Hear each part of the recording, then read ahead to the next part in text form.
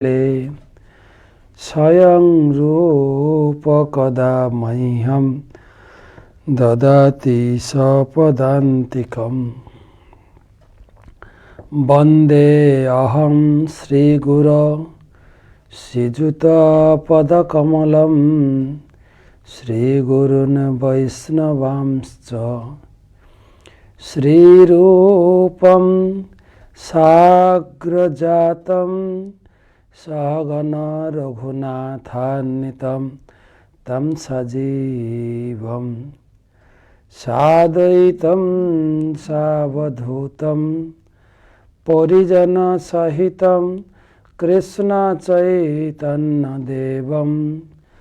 श्रीराधाकृष्णपादान् सहगण ललिता श्रीविशाखान्वितांश्च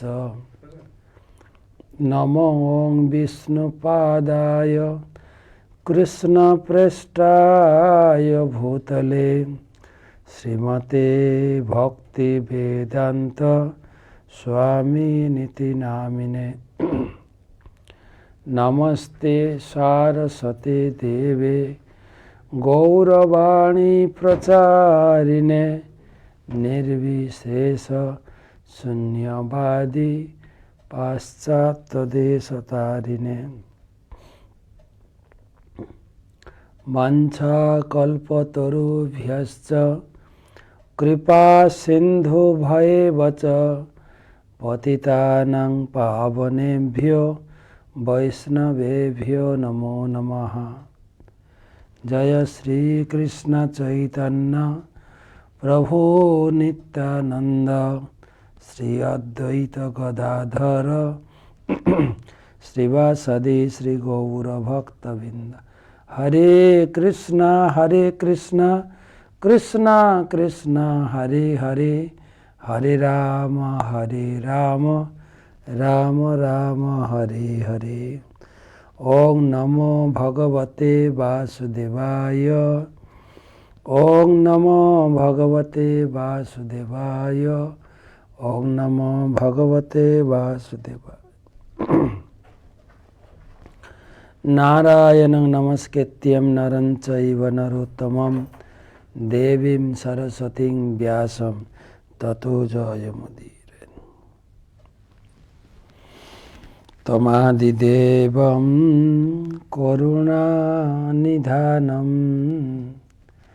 तमालवर्णं सुहितावतारम् अपार संसार समुद्रसेतुं भजामहे भागवत स्वरूपम। तो ग्रंथराज श्रीमद् भागवतम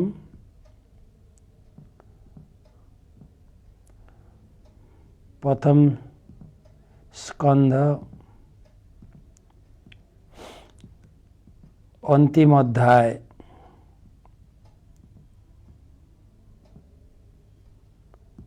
ऊनविंशति अध्याय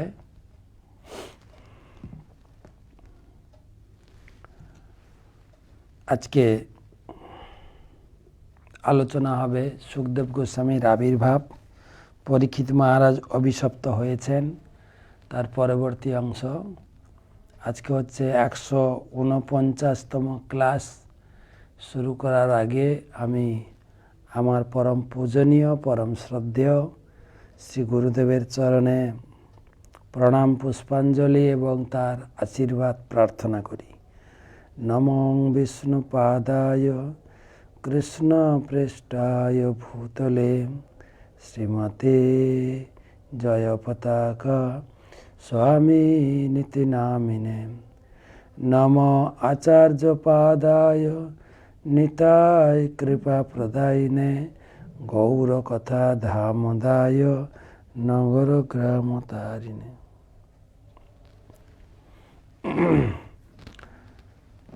तो भागवत महत्व मदेक बंधु मत्संगीन मद्गुरो मद्महाधन मद निस्तारक मद्भाग्य मदानंद নমস্তুতে। তো সনাতন গোস্বামী তিনি প্রার্থনা করছেন, হে শ্রীমদ্ ভাগবতম, তুমি আমার জীবনের একমাত্র বন্ধু, তুমি একমাত্র আমার সঙ্গী, মদ গুরু মদ সঙ্গী, মদেক বন্ধু মদ সঙ্গী, মদ গুরু, তুমি হচ্ছে আমার একমাত্র গুরু, মহাধন, তুমি হচ্ছে আমার জীবনের মহাধন, মদ নিস্তারক মদ ভাগ্য, তুমিই আমাকে নিস্তার করবে, আমার ভাগ্য খুলে দেবে, মদানন্দ নমস্তুতে। আমার জীবনের আনন্দ স্বরূপ সেই ভাগবতমকে আমি প্রণাম জানাই। তো আমরা ভাগবতমের প্রথম স্কন্ধের 19 অধ্যায়ে এসে পৌঁছে গেছি, যেখানে মহারাজ পরীক্ষিত 18 অধ্যায়ে তিনি অভিশপ্ত হয়েছেন। এবার তিনি তার রাজ ঐশ্বর্য বিলাস সব কিছু পরিত্যাগ করে তিনি সুরধুনী গঙ্গার তটে উপবেশন করলেন, পয়োপবেশন, যেখানে সুখদেব গোস্বামী এসে আবির্ভূত হবেন এবং ভাগবত কথা শোনাবেন। সেই প্রসঙ্গে আজকে শ্লোক আলোচনা হবে 6 নম্বর শ্লোক থেকে। শ্লোক নম্বর 6।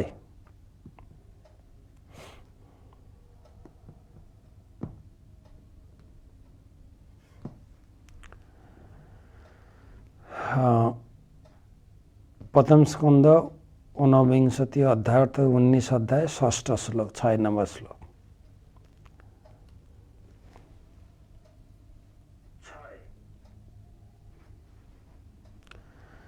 যা বৈ লসৎ শ্রী তুলসী বিমিশ্র কৃষ্ণাঙ্ঘ্রিরেণু অভ্যধিকাম্বু নেত্রী পুনাতিলোকানুভয় তত্র শেষান কস্তান্ন সেবতে মরিষ্যমানঃ।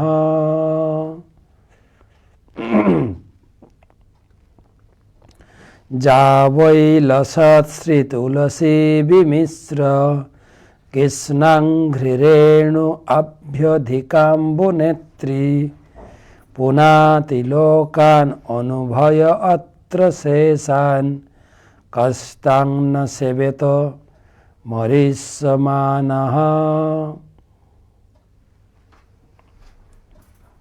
সুত গোস্বামী বলছেন, সেই গঙ্গার মহিমা কীর্তন করছেন সুত গোস্বামী। তিনি বলছেন যে সুরধ্বনি শ্রীকৃষ্ণের চরণ রেণু বিমিশ্রিত তুলসী দলের সংস্পর্শে সর্বোৎকৃষ্ট সলিল রাশি বহন করছে, যিনি মহাদেব পর্যন্ত দেবতাদের অন্তর ও বাহির উভয় পবিত্র করছেন, মৃত্যু নিকটবর্তী জেনে কোন মানুষ সেই পবিত্র ভাগীরথীর সেবা করবে না। এখন পরীক্ষিত মহারাজ তিনি গঙ্গার তীরে উপবিষ্ট হয়েছেন, আর সেখানে ব্রহ্মাণ্ডের বিভিন্ন স্থান থেকে মহর্ষি, ব্রহ্মর্ষি, রাজর্ষি, বড় বড় ভক্ত তারা এসে উপস্থিত হয়েছেন। পরীক্ষিত মহারাজের সম্বন্ধে ঋষিরা, যোগীরা জানেন যে এখানে সাক্ষাৎ ব্যাসনন্দন শিল সুখদেব গোস্বামী আবির্ভূত হবেন এবং পবিত্র ভাগবত কথা কীর্তন হবে। তো সেই জন্য দলে দলে কারা এসেছিলেন পরে লিস্ট দিয়েছেন সুত গোস্বামী, পরে বর্ণনা করা হবে।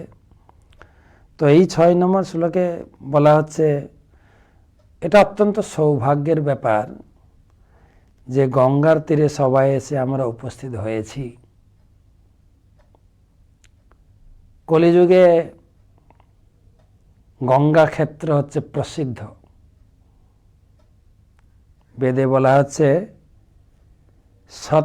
সত্যযুগে সত্যে তু পুষ্করম তীর্থম ত্রেতায়াম কুরুক্ষেত্র চ। সত্যযুগে হচ্ছে পুষ্কর তীর্থ, আর ত্রেতা যুগে হচ্ছে ত্রেতা যুগে নৈমিষ ক্ষেত্র। সত্যযুগে পুষ্কর ক্ষেত্র, ত্রেতা যুগে নৈমিষ ক্ষেত্র, নৈমিষারণ্য। পরে তো কুরুক্ষেত্র কলৌ গঙ্গা সন্নিধানে। কলিযুগে আছে গঙ্গা ক্ষেত্র। গঙ্গার তীরে যা কিছু কাজ করবেন অত্যন্ত শুভ। তা আমরা তো অত্যন্ত সৌভাগ্যবান। আমি যেখানে বসে ভাগবত পাঠ করছি এটা গঙ্গার তীরে, যেখানে মহাপ্রভু এসে লীলাবিলাস করছিলেন। গঙ্গা দেবী অত্যন্ত হরষিতা এবং উল্লসিতা ছিলেন মহাপ্রভুকে পেয়ে। মহাপ্রভু প্রতিদিন যেতেন গঙ্গা স্নান করতে। গঙ্গা অত্যন্ত নিজেকে ধন্যাতীত মনে। প্রভুপাদ লিখেছেন যে পরীক্ষিত মহারাজ যখন সংবাদ পেলেন যে 7 দিনের ভিতর তার মৃত্যু হবে, তৎক্ষণাৎ তিনি সংসার জীবন পরিত্যাগ করে পবিত্র যমুনার তীরে চলে গিয়েছিলেন। এখন আরেকটা প্রশ্ন আসছে, যমুনা না গঙ্গা? সাধারণত বলা হয় যে মহারাজ পরীক্ষিত গঙ্গার তীরে গিয়েছিলেন, কিন্তু জীব গোস্বামীর মতে তিনি যমুনার তীরে গিয়েছিলেন। ভৌগোলিক অবস্থান বিচার করলে ছিল জীব গোস্বামীর উত্তরটি সঠিক বলে মনে হয়। মহারাজ পরীক্ষিত তার রাজধানী হস্তিনাপুরে বাস করতেন, যা আধুনিক দিল্লির নিকট অবস্থিত ছিল, এবং যমুনা নদী সেই নগরীর পাশ দিয়ে প্রবাহিত। বাস্তবিকভাবে মহারাজ পরীক্ষিত যমুনা নদীর আশ্রয় নিয়েছিলেন, কেননা তা ছিল তার প্রাসাদের পাশ দিয়ে প্রবাহিত হয়েছে।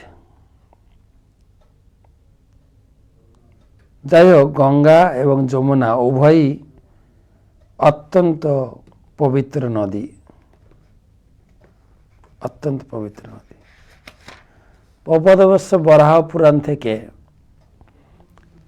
একটু সিদ্ধান্ত নিয়ে বলা হচ্ছে, গঙ্গা থেকে যমুনার সঙ্গে ভগবানের সংস্পর্শ অধিক। ভগবান কৃষ্ণ যখন বৃন্দাবনে ছিলেন, যমুনাকে অত্যন্ত ধন্যা করেছেন। বরাহ পুরাণ থেকে উদ্ধৃতি দিয়ে শিল জীব গোস্বামী বলছেন যে গঙ্গা এবং যমুনা জলের মধ্যে কোনো পার্থক্য নেই, কিন্তু গঙ্গার জল যখন শতগুণ পবিত্র হয় তখন তার নাম হয় যমুনা। তেমনি শাস্ত্রে বলা হয়েছে 1,000 বিষ্ণু নাম 1 রাম নামের সমতুল্য, 3টি রাম নাম 1 কৃষ্ণ নামের সমতুল্য।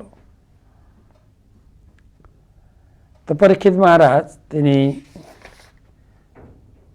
গঙ্গা যমুনার তটে গেছিলেন। আর মহাপ্রভু এসেছিলেন নবদ্বীপে। প্রভুপাদ লিখেছেন, যখন ভগবান জন্মগ্রহণ করেন, ভগবান কৃষ্ণ, এবং তিনি পিতাকে আদেশ করলেন আমাকে নিয়ে গোকুলে রেখে আসো। আর গোকুলে এক মেয়ে জন্মগ্রহণ করেছে যশোদা মায়ের, তাকে নিয়ে আসো। তো তিনি যখন বাবা যখন তাকে নিয়ে যাচ্ছিলেন মাথায় করে একটা ঝুড়িতে, আপনারা জানেন ভাদ্র মাসের সে অষ্টমী তিথি, ভরা যমুনা, বর্ষাকাল, কিন্তু ভগবান তাকে রাস্তা করে দিয়েছিলেন, যমুনা রাস্তা করে দিয়েছিলেন মাঝখান দিয়ে হেঁটে যাওয়ার জন্য। তো বসুদেব গেছিলেন, কিন্তু যমুনার বড় অভিলাষ ছিল কৃষ্ণের পাদপদ্ম স্পর্শ করব। যমুনা উছলাতে শুরু করলেন, উত্থলিত হলেন, হতে হতে হতে হতে জল ছাপিয়ে সে ঝুড়ি থেকে কৃষ্ণকে নামিয়ে নিলেন। বসুদেব অত্যন্ত বিচলিত হয়ে গেলেন, কৃষ্ণ জলে পড়ে গেছে, কিন্তু যমুনা তাকে নিয়েছেন, ঝুড়ি থেকে কেড়ে নিয়েছে।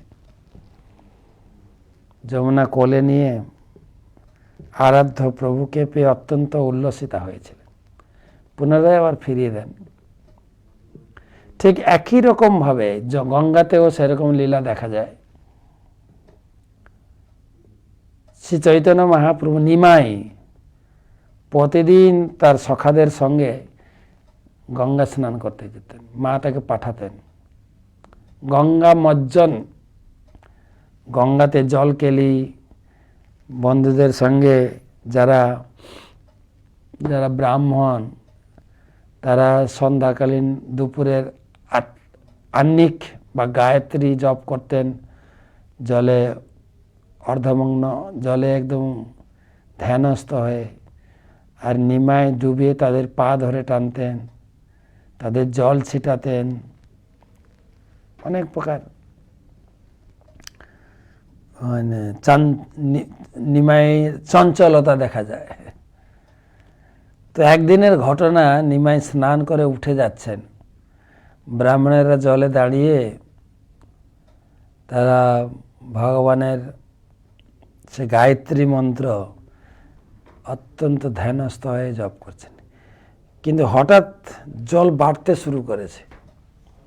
ছিল গরমের দিন, আর আমাদের এই গঙ্গাতে, আমাদের মায়াপুরে অতটা জোয়ার আসে না। জোয়ার সাধারণত ওই আমাদের কি বলে গৌরাঙ্গ সেতু পর্যন্তই আসে, আর ঠেলে আসে। জল বাড়ছে বাড়ছে, বাড়তে বাড়তে বাড়তে বাড়তে কুল ছাপিয়ে যাচ্ছে, যেন বান এসে গেল, বন্যা এসে গেল। তো নিমাই দেখছেন, আরে যারা গঙ্গা জলে রয়েছেন তারা অত্যন্ত ভয়ভীত হয়ে যাচ্ছেন। ঘটনাটা কি ছিল, নিমাই উঠে যাচ্ছেন আর গঙ্গা নিমাইয়ের পা ছাড়ছেন না। গঙ্গা বাড়তে বাড়তে নিমাইয়ের পা যতদূর উঠছে ততদূর গঙ্গা বাড়তে আছে, বাড়তে আছে, বাড়তে আছে। গঙ্গা বেড়ে বেড়ে তীর পর্যন্ত চলে আসে। তো নিমাই একটা জলে থাপ্পড় দিয়ে, থাকো আর উঠো না। তখন গঙ্গা নেমে গেছেন। গঙ্গা জাগ্রত মায়াপুরে। যদিও এই গঙ্গা গিয়ে আমাদের সাগরে মিলিত হয়েছে, কিন্তু মায়াপুরে গঙ্গা অত্যন্ত জাগ্রত। সত্যযুগে যখন ভগীরথ গঙ্গা নিয়ে যাচ্ছিলেন, যার জন্য এই গঙ্গার নাম ভাগীরথী। ভাগীরথী যখন তিনি গঙ্গোত্রী থেকে সেই হিমালয় পাহাড় বাইতে বাইতে তিনি এলেন এলাহাবাদ বা প্রয়াগ ক্ষেত্র, সেখান থেকে ঘুরে বিহার, পাটনা, তারপরে ছত্তিশগড়, এসব ঘুরে ঘুরে বাংলায় প্রবেশ করলেন। মালদা হয়ে তিনি বাংলায় প্রবেশ করলেন গঙ্গা। আর যখন নবদ্বীপ এলেন, ভগীরথ সামনে শঙ্খধ্বনি করতে করতে যাচ্ছেন, আর পিছনে কলকল ধ্বনিতে বিশাল জলের স্রোত, সেই ভগীরথের পিছনে অনুসরণ করতে করতে গঙ্গা যাচ্ছে। ভগীরথ যাচ্ছেন রথে শঙ্খধ্বনি করতে করতে, কিন্তু ভগীরথ অনেক দূর চলে গেছেন, পিছনে মুড়ে দেখে গঙ্গা নেই।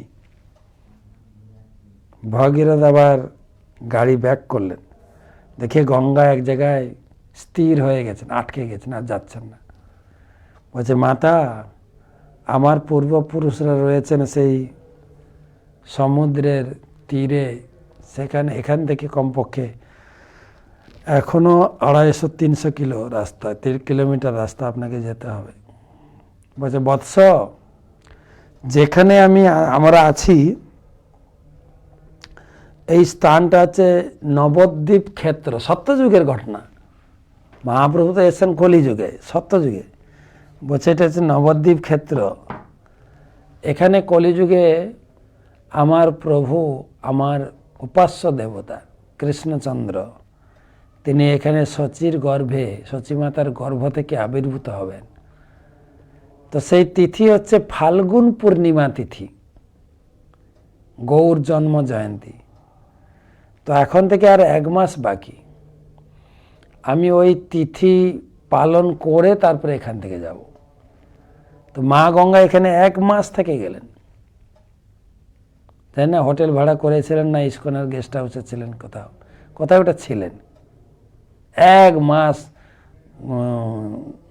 দলি মানে হল গৌর পূর্ণিমা উৎসব উপভোগ করার জন্য। এখনো দেশ বিদেশের ভক্তরা এখানে 1 মাস কাটান। তারপরে গৌর পূর্ণিমা উৎসব ব্রত সমাপন করে তিনি গেলেন। আর গৌরাঙ্গ মহাপ্রভুর চরণ স্পর্শ বলেছিলাম, এখনো প্রতি বছর গঙ্গা এই বর্ষার সময় বন্যাকে কেন্দ্র করে চলে আসেন মন্দিরের ভিতরে। মন্দিরের ভিতরে ঢুকে ভগবানকে দর্শন করে তবে যান প্রতি বছর। আমরা গঙ্গাকে আটকাই যেন মায়াপুরের ভিতরে না আসে, কিন্তু গঙ্গা সুযোগ নেন, মন্দিরের ভিতরে আসেন, এসে আমাদের যে মেন পূজারী আছেন, আমাদের সকলের শ্রদ্ধেয় শ্রী জননিবাস প্রভু, যখন গঙ্গা মন্দিরে আসেন উনি খুব আনন্দিত হন। আমাদের তো ম্যানেজমেন্ট থেকে অনেক ক্ষতি হয়ে যায়, বন্যা এলে অনেক ক্ষয়ক্ষতি হয়, বিল্ডিংয়ের ক্ষতি হয়, পার্কের ফুল গাছ এবং পাতাবাহার কাজ, যা যা গাছ সাজানো আছে সব নষ্ট হয়ে যায়। কিন্তু উনি খুব আনন্দিত হন, ভগবানকে মা গঙ্গাকে ডেকে নিয়ে আসেন। তো জল বাড়তে থাকে, তখন মহাপুরুষ সে চরণ পাদুকা এনে জলে ধুয়ে রেখে দেন, জল আর বাড়বে না, জল নেমে যাবে, চরণ স্পর্শ করে চলে যাবেন। সাক্ষাৎ গঙ্গা। মায়াপুরে এলে অবশ্যই গঙ্গা স্নান করবেন। আর যদি আপনি, এখানে বলা আছে শ্লোকে, যা বই তুলসী যা বই লসৎ শ্রী তুলসী বিমিশ্র, আপনি যদি অত্যন্ত ভক্তি ভাবাবিষ্ট হয়ে গঙ্গাকে শ্রদ্ধা করে প্রণাম করে এবং গঙ্গার গুণকীর্তন করতে করতে আপনি জলে নেমে স্নান করবেন, আপনি হাতে জল তুলবেন, আপনার হাতে তুলসী পুষ্প আর সেই যে চরণামৃত ভগবানের চরণ ধৌত গঙ্গা জল, চরণামৃতের স্বাদ, চরণামৃতের কালার, চরণামৃতের সুগন্ধ আপনি পাবেন। এখানে বলছেন যা বই লসৎ তুলসী মিশ্র কৃষ্ণাঙ্ঘ্রি রেণু, কৃষ্ণের পাদপদ্মে যে সমস্ত দ্রব্যাদি রয়েছে, অগুরু, কুমকুম, কেশর, সব চন্দন, সব মিশ্রিত রেণু অভ্যধিক অত্যন্ত শুভ অম্বুনেত্রী। অম্বুনেত্রী মানে ভগবানের চরণ থেকে এই সমস্ত পবিত্র দ্রব্য, কুমকুম, অগুরু, চন্দন, কেশর, সমস্ত প্রকার ঘ্রাণ মিশ্রিত হয়ে জলের কালার এরকম। গঙ্গা জলের কালার সাধারণ জলের মতো না, কিন্তু সাধারণ জল নয় তো। এটা দুটো অর্থে বলা হয়, একটা হচ্ছে ভগবানের চরণ ধৌত জল, আর একটা হচ্ছে এই জল অপ্রাকৃত জগতের জল, বিরজার জল, বিরজা নদীর জল। সেই জন্য এই জল নষ্ট হয় না। এমনকি সাধারণ জল আপনি রেখে দেবেন 1 মাস 2 মাস পরে জলে পোকা হয়ে যাবে, গঙ্গা জল কিছু হবে না, পবিত্র। পুনাতি লোকানুভয় তত্র শেষান, সারা জগৎকে পবিত্র করছে, সারা জগৎ।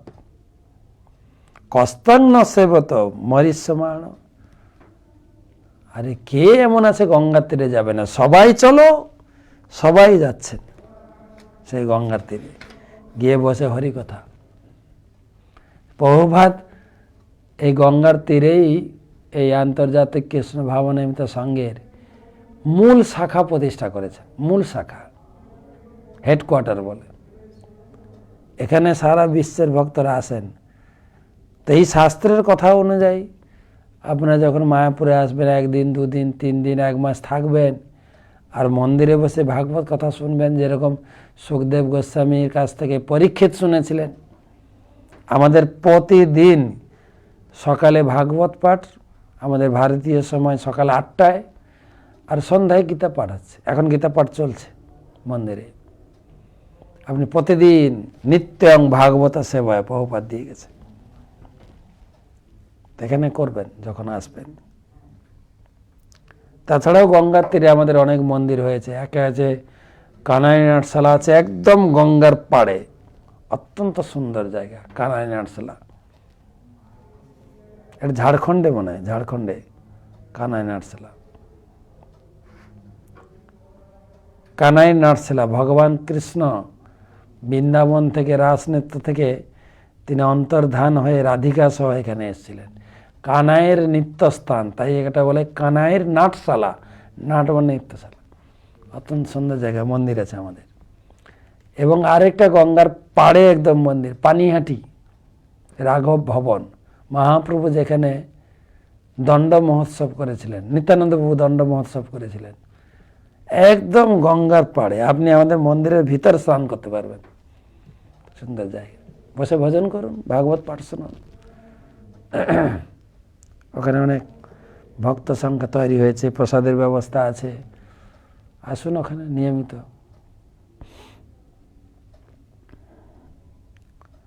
শ্লোক নম্বর 7। ইতি ব্যবচ্ছেদ্য সপাণ্ডবেয় প্রায়োপবেশম পতিবিষ্ণুপদ্যম দধৌ মুকুন্দাঙ্ঘ্রি মনন্য ভাব মণিব্রত মুক্ত সমস্ত সঙ্গ। ইতি ব্যবচ্ছেদ্য সপাণ্ডবেয় প্রায়োপবেশম পতিবিষ্ণুপদ্যম দধৌ মুকুন্দাঙ্ঘ্রি মনন্য ভাব মণিব্রত মুক্ত সমস্ত সঙ্গ। পাণ্ডবদের উপযুক্ত বংশধর পরীক্ষিত মহারাজ তখন স্থির করেছিলেন যে গঙ্গার তীরে উপবেশন করে আমরণ অনশন করবেন। মুক্তিদাতা ভগবান শ্রীকৃষ্ণের শ্রীপাদপদ্মে নিজেকে সম্পূর্ণরূপে নিবেদন করবেন। তাই সব রকম আসক্তি ও সঙ্গ পরিত্যাগ করে তিনি মুনিদের মতো শান্ত ভাব অবলম্বন করলেন। তো তিনি গঙ্গার তীরে পৌঁছেছেন, এখনো সুখদেব গোস্বামী আসেননি। অনেক মুনি ঋষি এসে পৌঁছে গেছেন। তিনি তার মন, বাক্য এবং চিত্তকে স্থির করে সম্পূর্ণরূপে ভগবত চরণে নিজেকে নিবেদন করলেন এবং আমরণ অনশন, পয়োপবেশন, সেদিন কয়েকদিন আগে প্রশ্ন করেছিলেন, প্রায়োপবেশন, আমরণ উপবাস। আমি একটু জল ক্ষুধা তৃষ্ণায় কাতর হয়ে একজন ব্রাহ্মণের কাছে আমি অপরাধ করলাম, ব্রাহ্মণকে অপমাননা করলাম, ব্রাহ্মণকে অসম্মান করলাম, আমাকে ধিক, আমি সে জল আর কোনো প্রকারের আহার্য আমি গ্রহণ করব না, কেবল ভক্তির কথা আহার। এটাই গীতায় বক্তব্য, যে যিনি উন্নত ভক্ত, আমাদের তো ভাত ডাল সবজি ছাড়া আমরা কিছু বুঝি না। কোথাও যদি উন্নত প্রবচন হয়ও, প্রবচনে আমরা অতটা আগ্রহী নই। আমাদের মোটামুটি প্রসাদে আমাদের অত্যন্ত ভক্তি আছে। আমি বলি যে যদি আপনি বাড়িতে একটা অনুষ্ঠান করেন, সাধুসঙ্গ, পাঠ কীর্তন, ভোগরাগ আদি অনুষ্ঠান হয়, যদি পাশাপাশি সমস্ত ব্যক্তিকে আমন্ত্রণ করেন যে আপনারা আসবেন, নবদ্বীপ মায়াপুর থেকে মহারাজরা এসছেন, সেখানে পাঠ কীর্তন হবে, ঠাকুরের সেবা হবে, ভোগরাগ হবে, ভোগ আরতি হবে, তারপরে প্রসাদ হবে, আপনার প্রসাদ পেতে আসবেন। তো কৃষ্ণ কথা, কৃষ্ণ নাম কীর্তন, কৃষ্ণ পূজা, কৃষ্ণ আরতিতে অংশগ্রহণ করার জন্য আপনারা 10টায় চলে আসবেন। 10টায় ভজন কীর্তন, 11টা থেকে 12টা পাঠ প্রবচন, কথামৃত ভাগবত কথা হবে, তার 12টায় ভোগ রাখ, তারপরে আরতি হবে, একটাই প্রসাদ হবে। তো লোক কখন আসবে? প্রসাদের সময়। আমরা খাওয়াটা বুঝি, খাওয়া ছাড়া। কিন্তু এখানে পরীক্ষিত মহারাজ দৃষ্টান্ত দিয়েছেন, ইতি ব্যবচ্ছিদ্য সপাণ্ডবেয়। সব পাণ্ডব মানে পাণ্ডবদের উপযুক্ত বংশধর, সুযোগ্য বংশধর। ব্যবচ্ছিদ্য ইতি, তিনি স্থির করলেন। কি স্থির করলেন? পায়োপবেশন প্রতিবিষ্ণুপত্যাম। আমি উপবাস করব, বেকার খাওয়া পান করা, বাথরুমে যে সময় নষ্ট হয়ে যাবে। আমার টাইম তো মাত্র 7 দিন।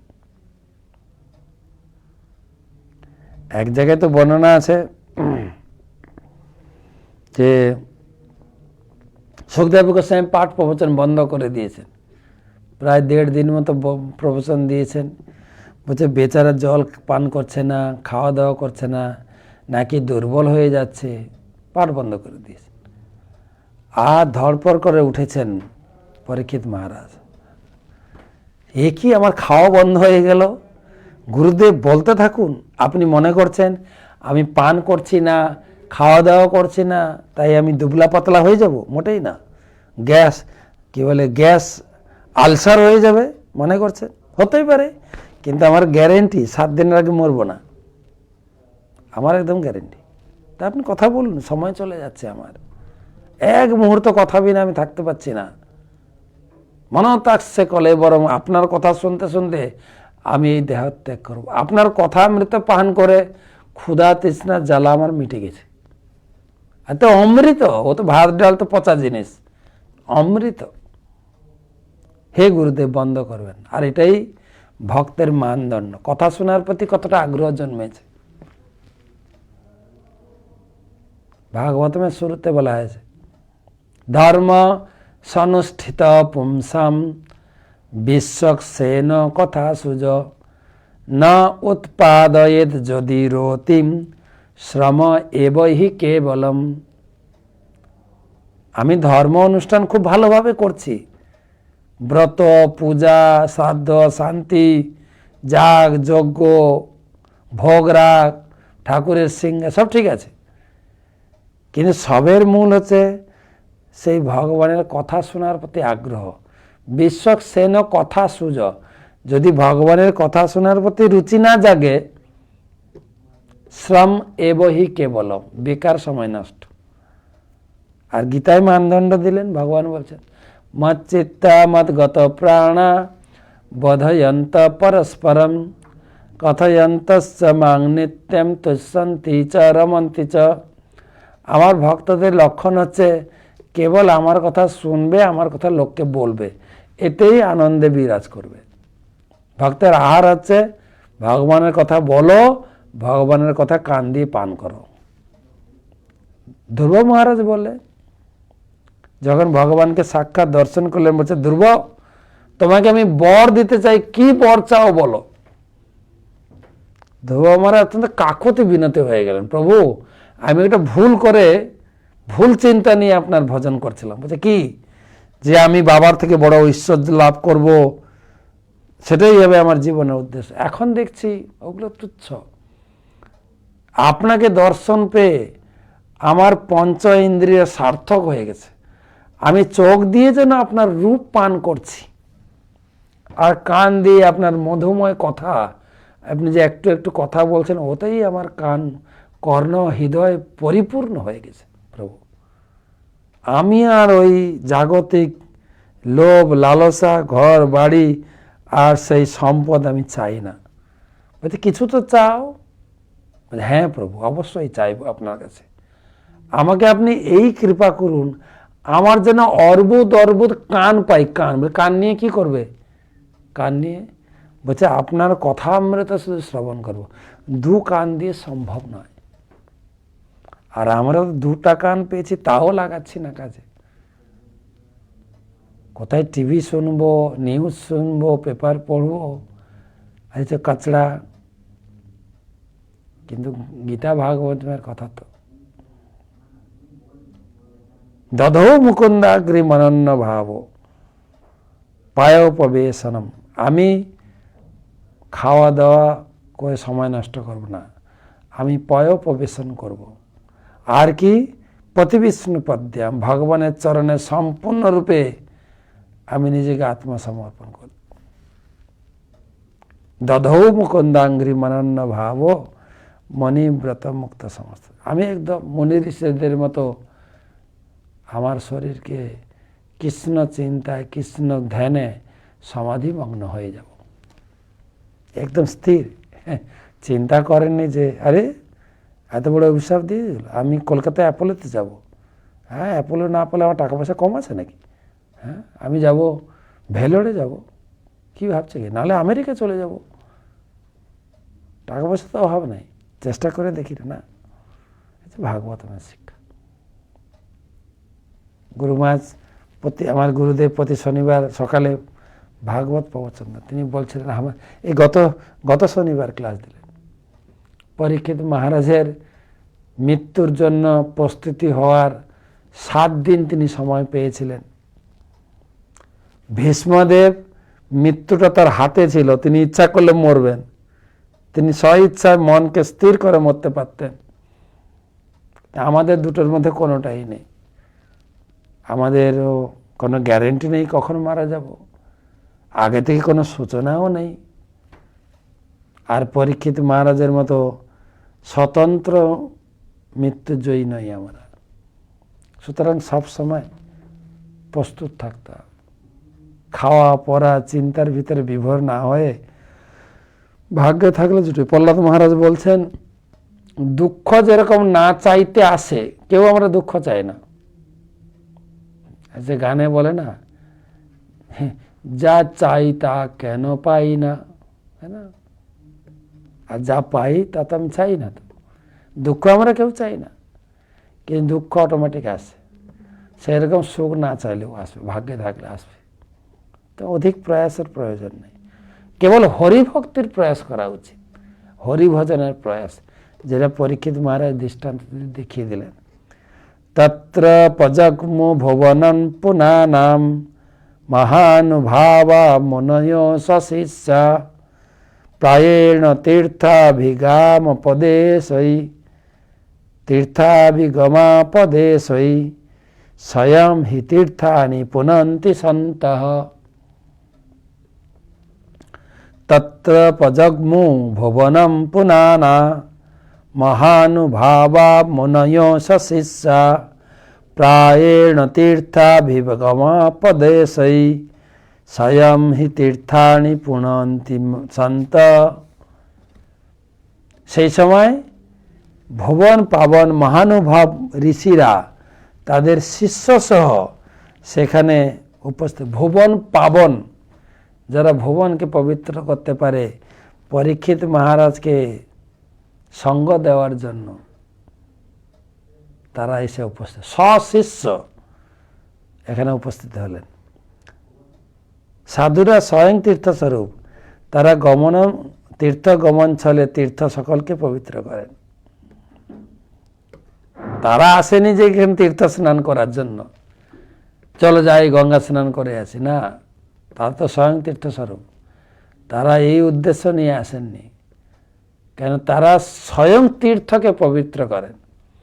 যখন আমরা কয়েকদিন আগেও বলেছিলাম, ভগীরথ যখন গঙ্গাকে সন্তুষ্ট করে এই পৃথিবীতে আসার জন্য আহ্বান করলেন, যে আমার পূর্বপুরুষরা মারা গেছে, তাদের উদ্ধারের জন্য হে মাতা, আপনাকে পৃথিবীতে অবতীর্ণ হতেই হবে। মা গঙ্গা তখন প্রশ্ন করেছিলেন, বৎস, আমি পৃথিবীতে যাব, সমস্ত পাপী লোকেরা আমার এই পবিত্রকারী সুযোগ নিয়ে সকলে স্নান করে পাপ ছাড়বে, আমি তো পাপে ভারাক্রান্ত হয়ে যাব, আমাকে কে পাপ থেকে মুক্ত করবে? ভগীরথের ভিতরে ভগবান অনুপ্রেরণা দিলেন, বলে কৃষ্ণ ভক্তরা যারা ভগবানকে সাক্ষাৎ হৃদয়ে বহন করছেন, তারা এই পবিত্র তীর্থকেও পবিত্র করতে পারেন। তীর্থে কুর্বন্তি তীর্থানি স অন্ত্যস্তয়েন গদাভৃতা। যুধিষ্ঠির মহারাজ তিনি বিদুরকে প্রার্থনার সময় বলেছিলেন, ভবদ্বিধা ভাগবতা তীর্থভূতা স্বয়ং বিভো তীর্থি কুর্বন্তি তীর্থানি শান্তস্থেন গদাবৃতা। যারা ভগবান বিষ্ণুকে হৃদয়ে ধারণ করে ভ্রমণ করছেন তারা তীর্থকেও পবিত্র করতে পারেন। তীর্থ, সেই জন্য তারা এসেছেন অন্য উদ্দেশ্য নিয়ে। কি উদ্দেশ্য নিয়ে? ভাগবত কথা শোনার জন্য। এই গঙ্গা স্নানের জন্য ভিড় করতে আসেন, এটা ইঙ্গিত দিয়ে গেলেন, কে যেন ভুলভাবে না গ্রহণ করে। তারা এসছেন তীর্থক্ষেত্রের পাশে বসে সুখদেব গোস্বামীর শ্রীমুখ থেকে অমৃত পান করবেন। ভাগবত কথামৃত স্নান, গঙ্গা জলে স্নান না। কারা কারা এসছিলেন একটা লিস্ট দিয়েছেন, 9, 10, 11 লিস্ট প্রস্তুত করেছেন। দেখে নেন সেই সভাতে কে ছিলেন। পরীক্ষিত মহারাজের নির্যানের সময় পরীক্ষিত মহারাজ এই জগৎ থেকে বিদায় নেবেন, তার বিদায়ের মুহূর্তে কে এসছিলেন? আমাদের বিদায়ের মুহূর্তে কারা আসে? ছেলে মেয়ে যদি দেশ বিদেশে থাকে ডাকরে আসরে, আর ওরা এসে ঘ্যানর ঘ্যানর করবে, বাবা গো তুমি চলে যাচ্ছ, ঘ্যানর ঘ্যানর করবে, তোমাকে যেতে দেবো না, এখানে তুমি রোগ ব্যাধিতে পচো মরো, আটকে রাখবো, পারলে কয়েকটা ছোঁচ ফুটিয়ে তোমাকে আটকে রাখবো মোটামুটি। কিন্তু এখানে কারা এসেছিলেন? এরা হচ্ছে প্রকৃত আত্মীয়। কেন? আত্মার সঙ্গে যার সম্পর্ক। তাই ভগবানের ভক্তরা পরীক্ষিত মহারাজের সঙ্গে গলা মিলিয়ে কান্না করতে আসেনি, পরীক্ষিত তুমি চলে যাবে, আমাদের কি হবে, এরকম না। কিন্তু যখন সুখদেব গোস্বামী উঠলে জয় জয়কার, পরীক্ষিতকে উল্লাসিত করার জন্য উৎসাহ প্রদান করেন, ভাগবত কথা শোনো, মহিমাময় মৃত্যু। এর আগেও বলেছিলাম ভীষ্মদেব এই জগৎ থেকে এইভাবে তিনি জীবনকে বিদায় নিয়েছেন। ভাগবত কথা বলতে বলতে, ইনি তো শুনতে শুনতে যাবেন, ভাগবত কথা শোনাতে শোনাতে ভীষ্মদেব জগৎ থেকে বিদায় নিয়েছেন। আর আমরাও খুব ভাগ্যবান ভাগ্যবতী যারা আমরা ইস্কনের সঙ্গে যুক্ত। আমাদের ইস্কন প্রতিষ্ঠাতা আচার্য, মহান ব্যক্তিত্ব, মহাবৈষ্ণব, মহাপণ্ডিত, জীবন সিদ্ধ ব্যক্তি আমাদের মাঝে ছিলেন, কলকাতায় জন্মগ্রহণ করেছিলেন। তিনিও দেখিয়ে গেছেন, তিনি মহান গুরুর সংস্পর্শে এসে তার কাছে দীক্ষা গ্রহণ করলেন। সিংহগুরু বৈষ্ণব ভাস্কর আচার্য, কৃষ্ণ কৃপাসে মূর্তি ছিল ভক্তি সিদ্ধান্ত সরস্বতী গোস্বামী ঠাকুর ছিল প্রভুপাদ। তার সঙ্গে যুক্ত হয়ে জীবন, তিনি তো জন্মসিদ্ধ ছিলেন, কিভাবে বৈষ্ণব ধারাকে জগতে প্রচার করলেন। একদম জীবনের অন্তিম সময়ে ভাগবতের অনুবাদ করতে করতে, সংস্কৃত থেকে এই যে অনুবাদ আমরা পড়ছি 10ম স্কন্ধের, অনুবাদ করতে করতে করতে করতে এই জগৎ থেকে বিদায় নিয়েছেন। তিনি অনুবাদ করছেন একদম লাস্ট ব্রিথ, শেষ নিঃশ্বাস পর্যন্ত শিখিয়ে দিয়ে গেছেন কিভাবে মরতে হবে। এমন নয় বিছানায় কান্নাকাটি করব, আত্মীয় স্বজনরা কান্নাকাটি করবে, নিষেধ করা হয়েছে এগুলো। তাই মুনি ঋষিরা এসছেন। কারা কারা এসছেন দেখেন, কত বড় বড় ব্যক্তির লিস্ট দেওয়া হয়েছে, একটু দেখে নেন। এবং প্রভুপাদ প্রত্যেক ব্যক্তির নামে প্রশংসা বাক্য লিখেছেন, অল্প অল্প করে তাদের পরিচয় দিয়েছেন,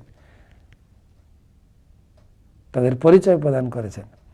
অত্রি, বশিষ্ঠ, চবন, শরদ্যাত, অরিষ্ট, নেমি, ভিগু, অঙ্গিরাশ্চ, পরাশর, গাধি, সুতথ, রাম, উতথ, ইন্দ্র, প্রমদগ্ন, বাহৌ।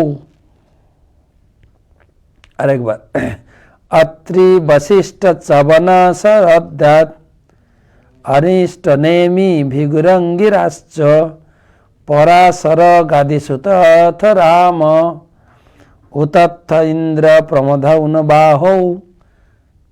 এগুলো 9 নম্বর শ্লোক। 10 শ্লোকে मेधा तिथि दे बल अष्टि सेन भारद्वाज गौतम पिप्पलाद मैत्रेय और्व कवश कुंभजोनि द्वैपायन भगवत नारदश्च मेधा तिथि दे बल अष्टि सेन भारद्वाज गौतम पिप्पलाद मैत्रेय और्व कवश कुंभजोनि द्वैपायन भगवान नारदश्च। কারা কারা এসেছিলেন নামগুলো পড়ে যাই। অত্রি মুনি, বশিষ্ঠ, চবন, শরদ্দান, অরিষ্টনেমি, ভৃগু, অঙ্গিরা, পরাশর, বিশ্বামিত্র, পরশুরাম, উতত্থ, ইন্দ্রপ্রমথ, ইদ্নবাহু, মেধাতিথি, দেবল, অষ্টিসেন, ভরদ্বাজ, গৌতম, পিপল্লাদ, मैत्रेय, और्व, कवश, कुंभजोनि, द्वैपायन व्यास, भगवान नारद प्रमुख महर्षिरा ब्रह्मांडेर विभिन्न स्थान থেকে সেখানে উপস্থিত হয়েছিলেন। এই ভারতে শুধু মুনি ঋষিরা না, পৃথিবী না, বিভিন্ন ব্রহ্মাণ্ডের বিভিন্ন স্থান থেকে, অন্য ব্রহ্মাণ্ড থেকেও এসেছিলেন ভাগবত পাঠ শোনার জন্য। তারাও ভাগবত পাঠের প্রতি আসক্ত, এমন নয় যে শুধু আমাদের জন্য পাঠ।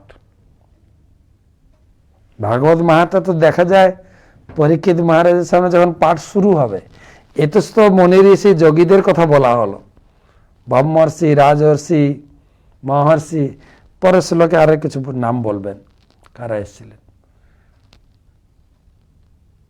বক্তা আসবেন সুখদেব, তার বাবা ব্যাসদেব এখানে আছেন, বাবার গুরুদেব নারদ মুনিও এখানে আছে।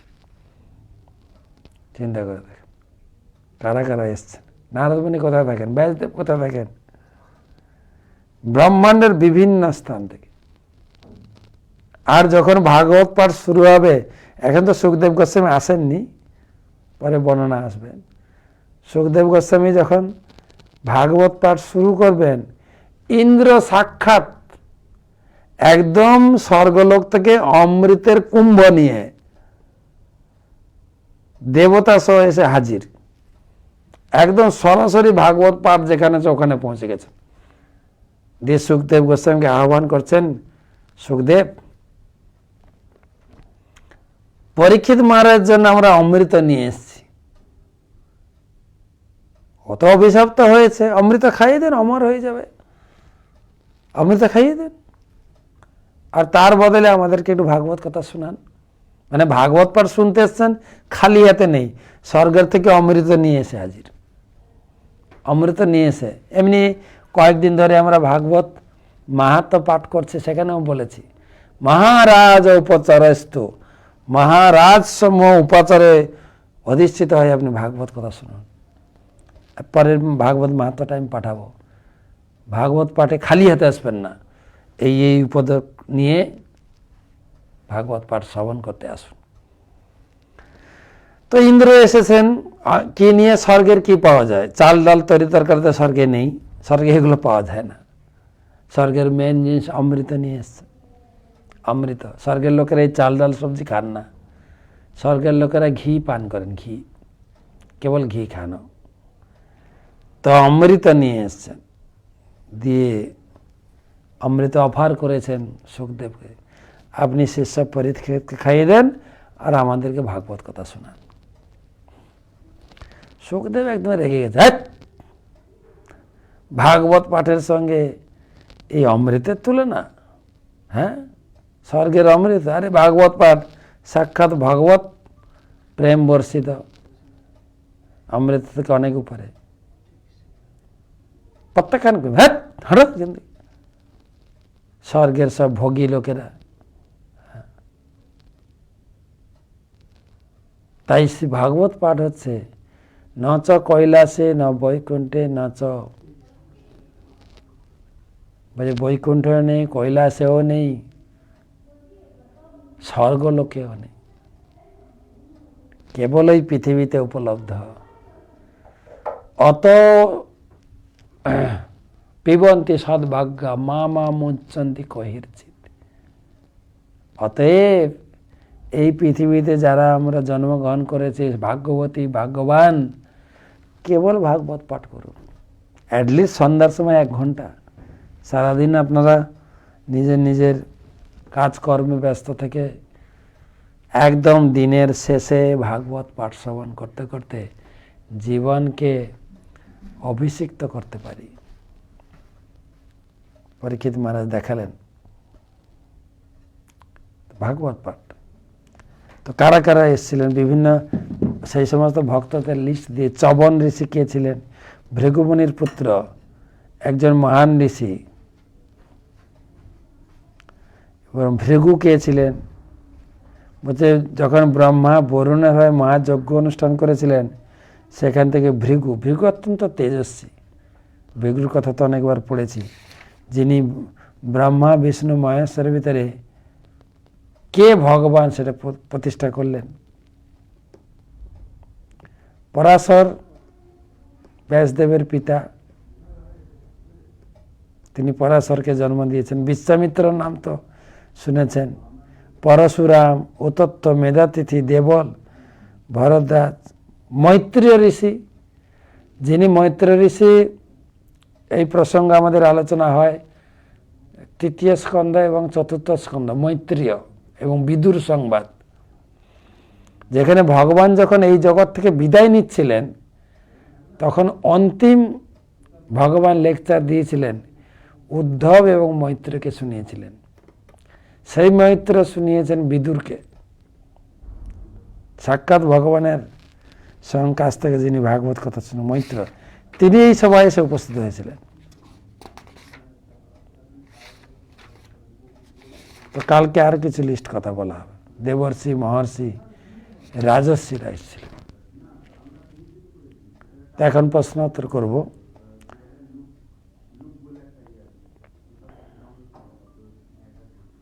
পরবর্তী আলোচনা।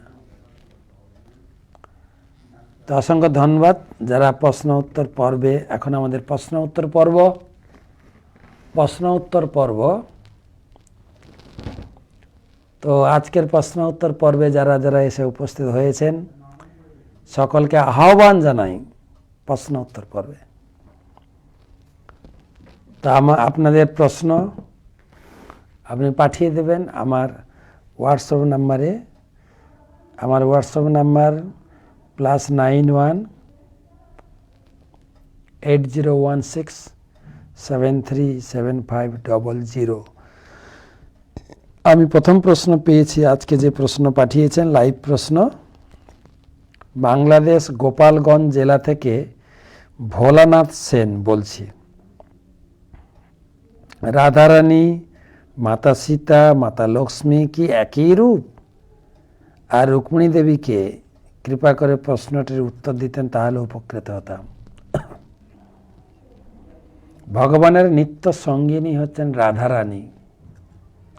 ভগবান যেরকম যুগে যুগে অবতীর্ণ হন, তার নিত্য শক্তি ভগবানের সঙ্গে বিভিন্ন রূপে আসেন, বিভিন্ন রূপে। মূল হচ্ছেন রাধারানী। রাধারানীর অংশ প্রকাশ লক্ষ্মী, সীতা, রুক্মিণী, মূল প্রকাশ, এমনকি পার্বতীও। তো মূল হচ্ছেন জগৎ মাতা রাধা ঠাকুরানী। চৈতন্য চরিতামৃতের ভাষা, জগৎ মাতা রাধা ঠাকুরানী।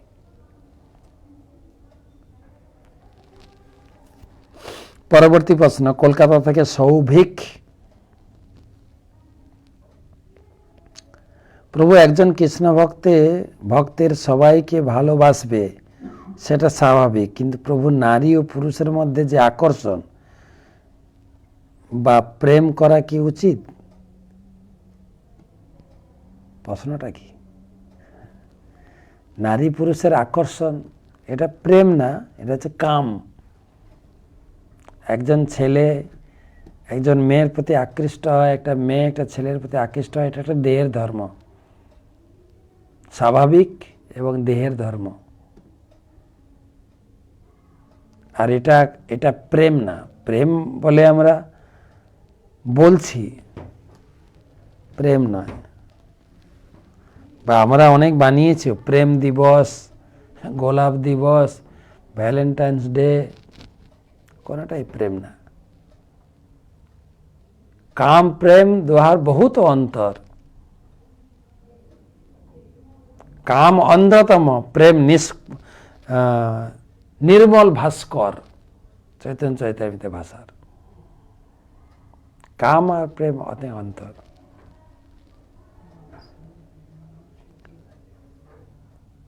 লোহা আর সোনার মতো পার্থক্য। এই জগতে আমরা কাম, একটা ছেলে একটা মেয়েকে ভালোবাসে, যতক্ষণ কাম উপভোগ করে ততক্ষণ ভালোবাসা থাকে, বা কাম পাওয়া পর্যন্ত ভালোবাসা থাকে, বিয়ের আগে পর্যন্ত।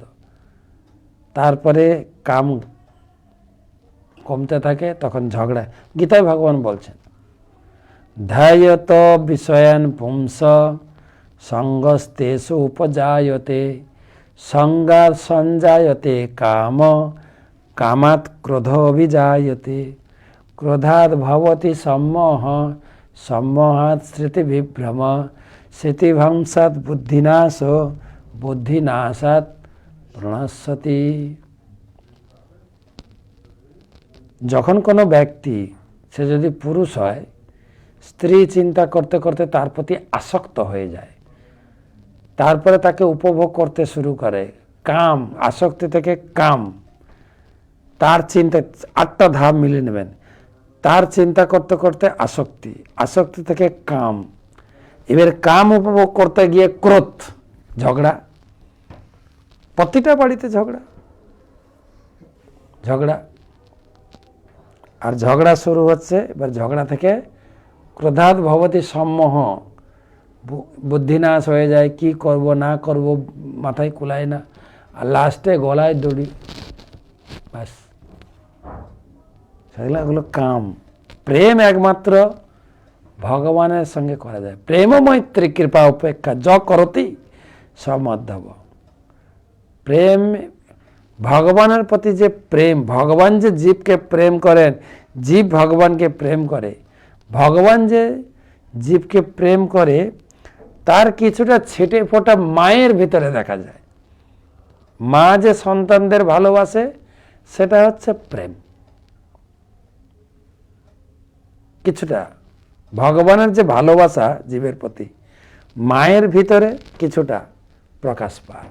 নিঃস্বার্থ ভালোবাসা সন্তানদের প্রতি মায়ের। মা বুঝে, যখন শিশু ছোট থাকে, মায়ের যে দান সন্তানের প্রতি। এটা শিশুর বয়স খুব ছোট, ও মাকে বলছে আই লাভ ইউ মা। বাচ্চাটা বলছে আই লাভ ইউ মাম, মা আমি তোমাকে ভালোবাসি। মাও বলছে লাভ ইউ টু, আমি তোমাকে ভালোবাসি। শিশুটির বয়স যখন 14-15 বছর হয়েছে, তখন বলছে আই লাভ ইউ মা। এই কয় টাকা লাগবে? ভালোবাসা নেই। কিন্তু যে ছোটবেলায় লাভ ইউ মা বলেছে, চেঞ্জ হয়ে গেছে খানিকটা। মা তখন জানে তো, মা তো বাচ্চার মন বুঝে, তো বলছে কয় টাকা লাগবে গো। যখন বলছে লাভ ইউ মা, যাই কয় টাকা লাগবে। তারপরে শিশুর বয়স হয়ে গেছে এখন 25 বছর, বাড়ি এসে বলছে লাভ ইউ মা। মা জিজ্ঞাসা করছে কাকে ভালোবেসেছিস বল, তোকে বিয়ে দিয়ে দেবো, অসুবিধা নেই। হ্যাঁ, কে তোমাকে অফার দিয়েছে বলো।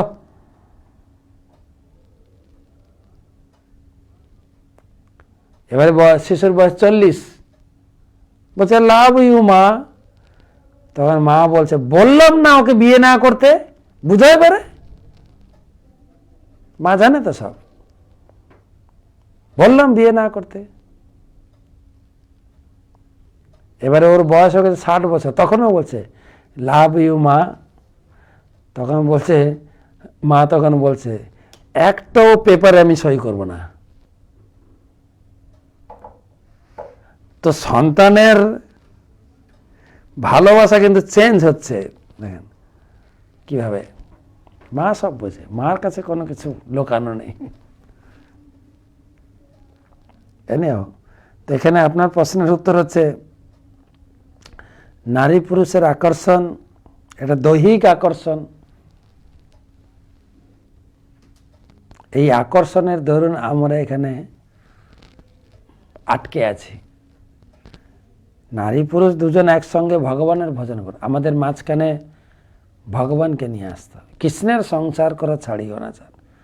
দুজন মিলে, স্বামী স্ত্রী দুজন মিলে ভগবানকে ভালোবাসতে শুরু করে। যেরকম ভালোবাসাটা পরে পরিবর্তন হয়, যখন একটা সন্তান এসে যায় ভালোবাসাটা সন্তানের প্রতি চলে যায়, ঠিক সেই রকম আমাদের ভালোবাসা ভগবানকে কেন্দ্র করে যদি হয়, স্ত্রী সধর্মিণী ধর্মপত্নী, সে ধর্মে যুক্ত থাকবে, ভগবানের ভালো করে সেবা করবে, ভোগ রাগ রান্না করবে, ভোগ লাগাবে, আর স্বামী তাকে সব কিছু যোগান দেবে, সেখানে ভগবানের প্রতি দুজনের প্রেম বর্ধিত হবে। সেখানে কাম বাসনা থেকে ধীরে ধীরে মুক্ত হবে। স্বামী ভাববেন স্ত্রী হচ্ছে ভগবানের দাসী, আর গুরুদেব তাই নাম দেন রুক্মিণী দেবী দাসী। আর স্ত্রী ভাবেন স্বামী হচ্ছেন ভগবানের সেবক। দুজন দুজনের ভোগ বুদ্ধি ধীরে ধীরে চলে যাবে।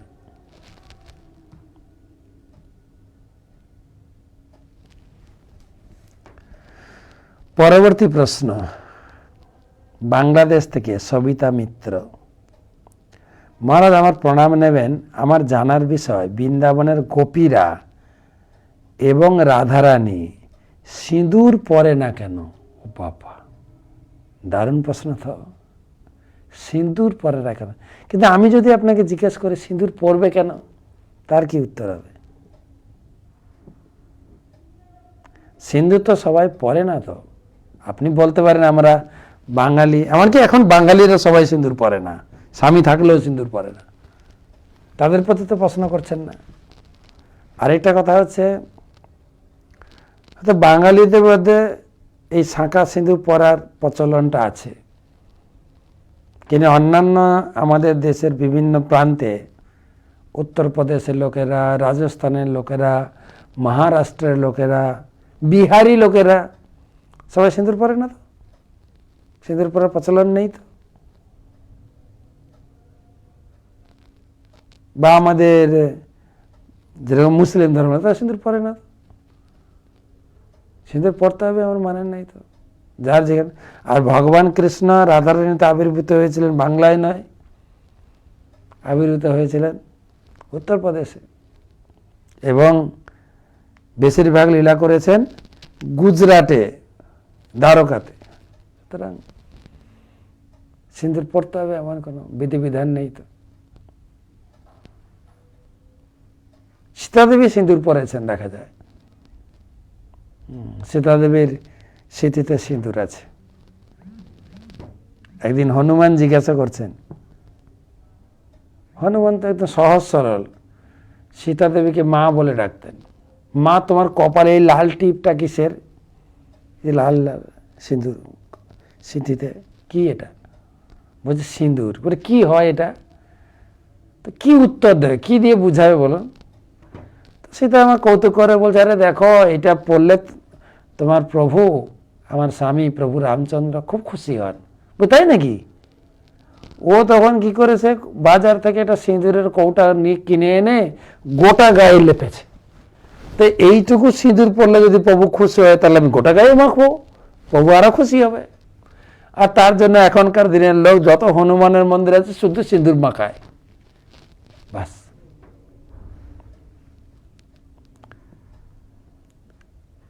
তো সিঁদুর মাখানো কোনো বৈধতা নয়। আমাদের ইস্কনে অনেক লোক সিঁদুর পরে না, দেখেছি।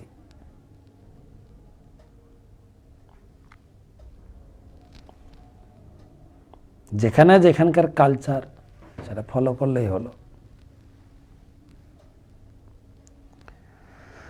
পরবর্তী প্রশ্ন, সুব্রত ঘোষ, জিয়াগঞ্জ, মুর্শিদাবাদ থেকে। আমার প্রশ্ন, মহারাজ 5 জায়গায় কলির অবস্থান নির্দিষ্ট করেছিলেন। পাশা খেলার জন্য পাণ্ডবদের রাজ্য থেকে নির্বাসন, সোনার মুকুটের জন্য কলির প্রভাবের ফলে তক্ষক দর্শন। অন্য 3টির ক্ষেত্রে এরকম কোনো পৌরাণিক কাহিনী থাকলে জানাবেন। কেন এগুলো বোঝা যায় না? আমাদের হিরণ্যকশিপু, হিরণ্যাক্ষ মদ টদ খেয়ে কীরকম কত দৃষ্টান্ত আছে, ভুরি ভুরি দৃষ্টান্ত।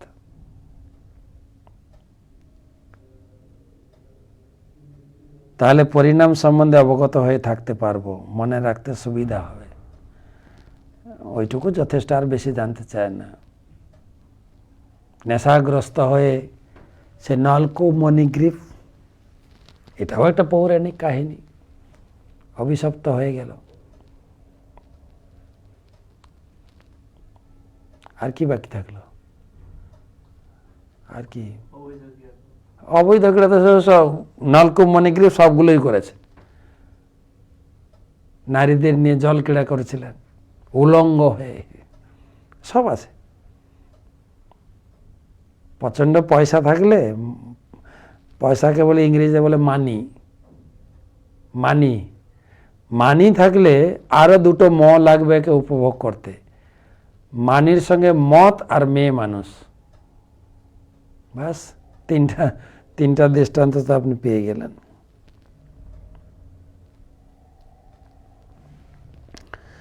খোকন বিশ্বাস, সুরাট, গুজরাট থেকে।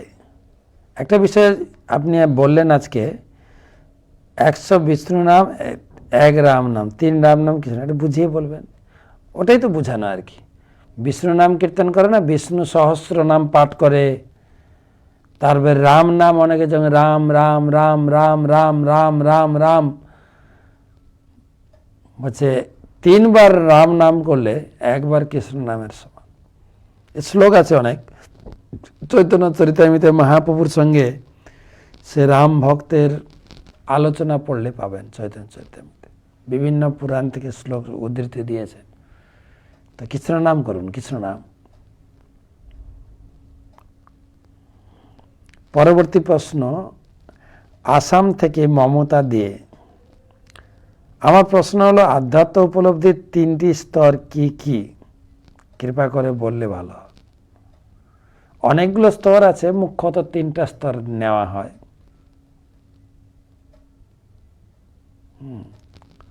যেরকম জ্ঞান যোগ, তার আগে হচ্ছে কর্মকাণ্ড, জ্ঞান এবং ভক্তি। ভক্তি হচ্ছে সর্বশ্রেষ্ঠ স্তর, ভক্তি। বা আবার বোঝানো হয়, যেরকম কি বলা যায়, জ্ঞানীরা হৃদয়ে প্রথমে হচ্ছে নির্বিশেষবাদী, ব্রহ্মে বিলীন হয়ে যাবে, নির্বিশেষবাদী। তারপরে জ্ঞানী, পরমাত্মার ধ্যান করে যারা, আর ভক্ত, যারা ভগবানের দ্বিভুজ রূপের আলোচনা করে। 3টা স্তর। ভগবদ্গীতায় ভগবান বলেছেন 3 স্তরের ভিতরে ভক্তিয়া মাম অভিজানাতি, কেবল ভক্তির মাধ্যমে আমাকে জানা যাবে। ভক্তিয়া মাম অভিজানাতি যাবান যস্যাস্মি তত্ত্বত ততো জ্ঞাত্যা। এই যথাযথভাবে জানার জন্য এই ভক্তি যোগ হচ্ছে শ্রেষ্ঠ। আর ভক্তি যুগের মধ্যে কলিযুগের সর্বশ্রেষ্ঠ পন্থা হচ্ছে হরিনাম। হরিনাম, হরে কৃষ্ণ কৃষ্ণ কৃষ্ণ হরে হরে, হরে রাম রাম রাম হরে হরে। গতকালকে আমরা বিস্তারিত আলোচনা করেছি হরিনামের উপরে। পরবর্তী প্রশ্ন, বাতকুল্লা নদিয়া থেকে বিভীষণ মণ্ডল। একম সদ্বিপ্রা বহুধা বদন্তি, এই কথার, এটা কথাকার কথা। একম সদ্বিপ্রা বহুধা বদন্তি, এই কথার বাংলা অর্থ কি হবে একটু বুঝিয়ে বলুন না। জানি না কি হবে। কথাকার শ্লোক বললে আমি খুঁজে বর্ণনা করতে পারবো। আচ্ছা,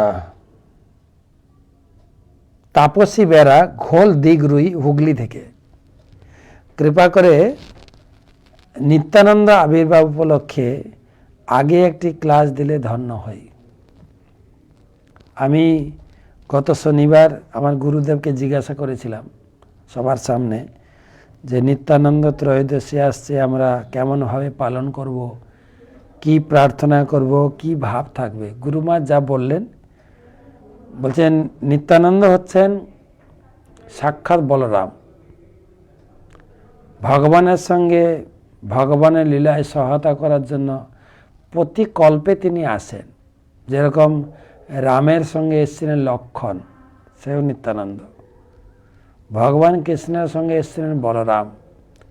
তো লক্ষ্মণ অবতারে বা রাম অবতারে ভগবান রামচন্দ্রের বিভিন্ন প্রকারের এই পিতৃসত্ব পালনের যে বিভিন্ন প্রকারের দুর্যোগ কষ্টের মধ্যে অতিক্রান্ত করেছেন, সেইটা দেখে লক্ষ্মণ সইতে পারেননি।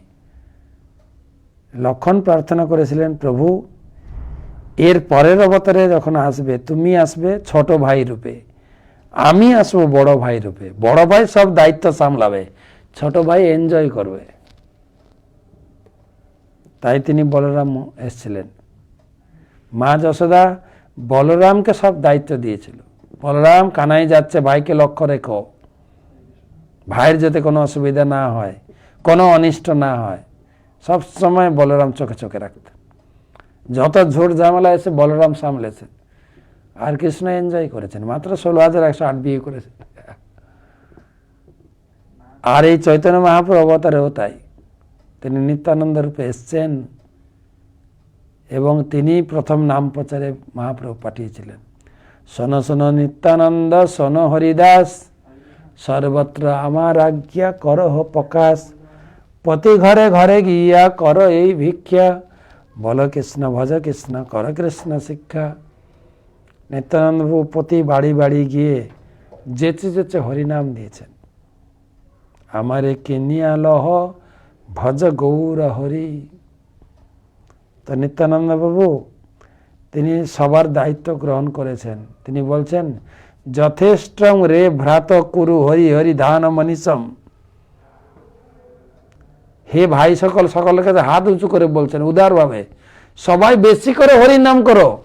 যথেষ্ট রে ভ্রাত, বেশি বেশি হরিনাম করো, তাহলে আমি গ্যারেন্টি তোমাদের আমি উদ্ধার করব। তরণদাবে মই লগেত, আমি গ্যারেন্টি গ্রহণ করলাম, আমি উদ্ধার করব, তোমরা হরিনাম করো। সেই নিত্যানন্দ প্রভুর ব্রত পালন করে গুরুদেব বললেন যে দুটো কাজ করতে হবে। নিত্যানন্দ প্রভু যেরকম গৌরাঙ্গ মহাপ্রভুর ইচ্ছাকে জগতে প্রচার করেছেন, তাই আমার আত্মীয় স্বজন বন্ধু বান্ধব সবার কাছে কৃষ্ণ নাম করার জন্য আকুতি মিনতি করব, একবার হরিনাম করুন না প্লিজ, গীতা পড়ুন প্লিজ। গীতা গ্রন্থ বিতরণ করব, হরিনাম করাবো, আর নিত্যানন্দ প্রভুর কাছে প্রার্থনা করব আমি যেন এই জীবনটাকে শুদ্ধ করতে পারি গৌরাঙ্গ প্রেমে, বা গৌরাঙ্গ মহাপ্রভুর এই প্রেম নামে আমি জীবনটাকে উৎসর্গ করতে পারি, আর এই জীবনে নিজেকে শুদ্ধ করে লোকের কাছে কৃষ্ণ নাম প্রচার করতে পারি।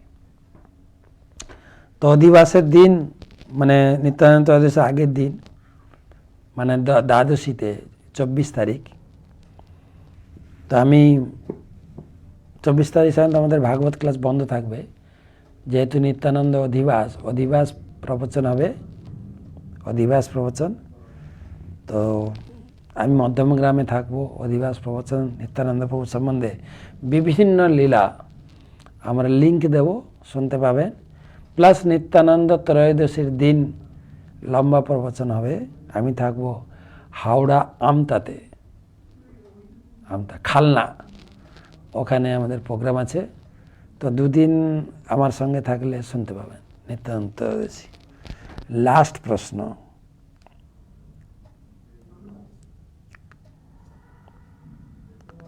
আর ঘোল দিগরুই তো ওই খালনার পাশাপাশি। ওকে, অর্ধগ্রাম থেকে তারক দত্ত প্রশ্ন হচ্ছে, শ্রীমৎ সুখদেব গোস্বামী ভাগবত শুনতে শুনতে যেসব ঋষিরা এসেছিলেন তারা সত্যযুগে ত্রেতা যুগে তাদের জন্ম হয়েছিল, তাহলে ইনার কি অমর? ওনারা উপরে থাকেন তো, ওনারা ব্যাসদেব তো অমর, নারদ মুনি তো এমনি থাকে, তারা উপরে থাকেন, উপর থেকে এসছেন। এই জগতের হিসাব ওখানকার হিসাব একটু আলাদা। এর উপরে আছে এটা যে ভূলোক, ভূর উপরে ভুব, তারপরে স্বর্গ, তারপরে জনলোক, তপলোক, ব্রহ্মলোক, উপরে যত লোক আছে না, স্বর্গলোকের হিসাব দিয়েছেন। স্বর্গলোকের একদিন মানে 12 ঘন্টা, সারাদিন 12 ঘন্টায় না, আমাদের এখানে 6 মাস বিতে যাবে। ওখানকার একদিন 24 ঘন্টা, এখানকার 1 বছর। তো টাইমের হেরফের আছে অনেকটা। এনারা সবাই এখানকার লোক না,